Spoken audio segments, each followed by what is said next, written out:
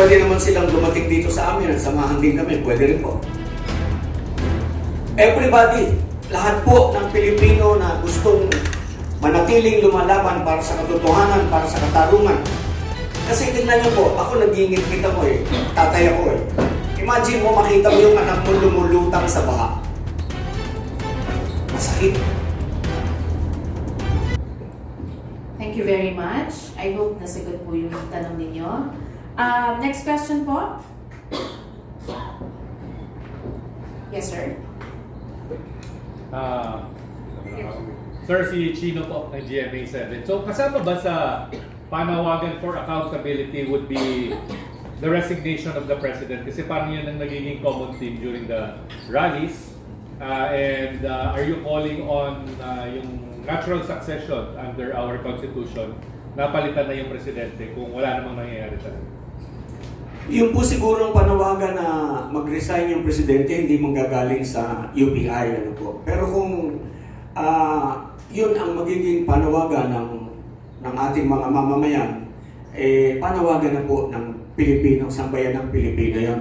Kasi ganito po sa ibang bansa, pag na-involve ka sa corruption, on the same day magre-resign ka Kung hapon yan, mag-aharakiri pa dito sa atin para pala ng mukha, nagtatakpan pa ng mga kasamahan nila.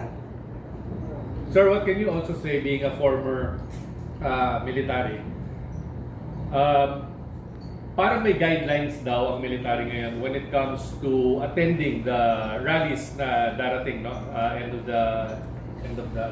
the month, and then itong 3 days na successive na mga rallies. There are guidelines daw, no, na parang walang intindi ko, hindi totally free dahil because of yung mandate and then yung tungkulin ng mga sundalo. Would you agree na dapat may guidelines kung gusto sumali? Hindi, kung may guidelines po na in-issue yung higher headquarters, sundin po nila yun dahil yun ang utos ng higher headquarters bilang isang sundalo. Pero bilang isang mamamayan, ito po yung matagal ko nang gustong ipaliwanag Masyadong na-abuso itong apolitical, non-partisan statement. Kahit na yung ating mga rules, yung ating mga batas na sinasabing hindi pwede, mas na-abuso ito dahil katulad ng nakaraang eleksyon, yung non-partisan, apolitical. Pagka nasa poder, pagka nasa partido, okay lang yung gobyerno, yung kawani, magkampanya, pero pagkakalaban ng incumbent, hindi pwede. See? So, yung apolitical, I do not believe, ako personally, I do not believe na dapat gamitin because every one of us is a part of a political unit. So, you cannot be apolitical because you are in yourself a political unit.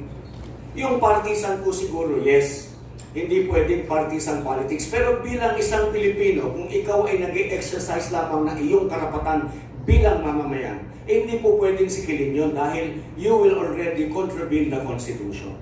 And this is something I think needs to be clarified also doon sa mga nag-a-advise against participation. Because if you are a soldier, if you are a policeman, you are no less than a Filipino just because you wear the uniform.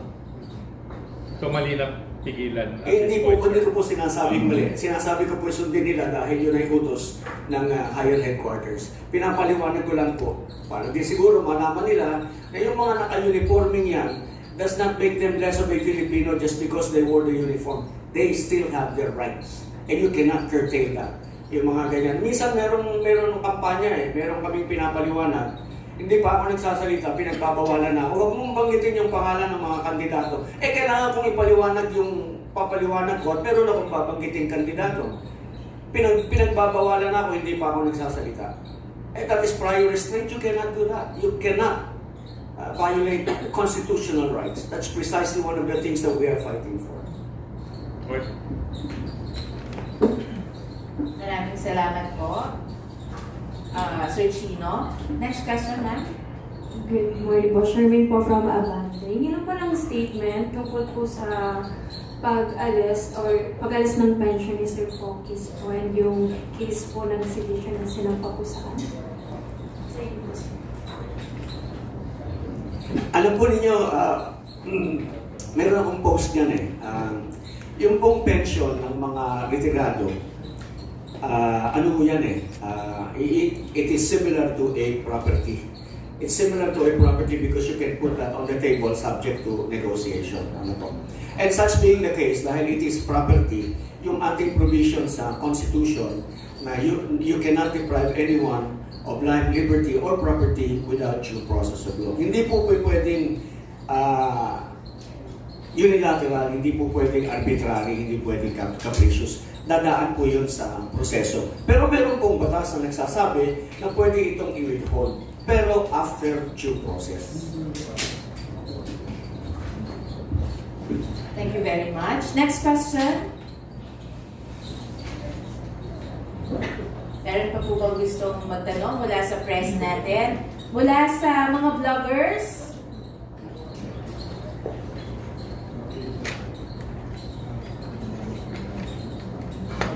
Nag-iisip pa po ng tanong.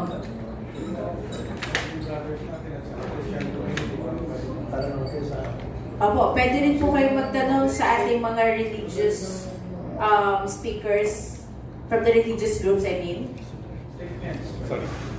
Sir, na balikan, any of the people sa panel can answer. Pero reaction na lang, doon nabanggit naman kanina.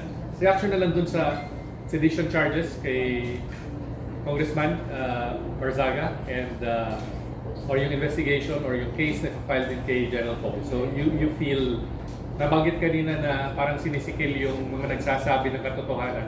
So general reaction na lang ng group when it comes to that, sir. Yung kay Congressman Barzaga, hindi ko nadidinig hindi ko monitor si Congressman Barzaga. Pero yung kay General Pokis, alam po ninyo, pagka binanggit namin yung salitang laban, and you are going to prostitute the word laban para ipahiwatig mo na si General Pokis nananawagan ng paglalaban sa ating pamahalaan, that is stretching your imagination too much. Ano po? Hindi nga po manggagaling sa amin yung mga ganyang klase dahil kami mismo ang gusto namin ipaglaban ang saligang batas.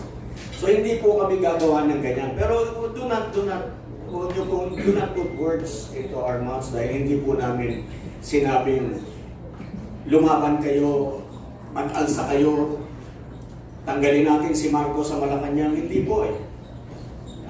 Wala pong ganon. Meron pa po akong baka hindi ko nabanggit. Laban din po kami sa ICI. Dapat po i-abolish na yan because that is unconstitutional. Yan po ay karagdagan lamang kung sa effort nila na pag-dribble para pahabain, patagalin yung proseso. Ang mga may kaso, yung mga maliliit, yung magnakaw sa tindahan, madali, kulong agad, tapos ano. Pero ito, malaki yan, hindi magalaw. Any reaction po from other speakers?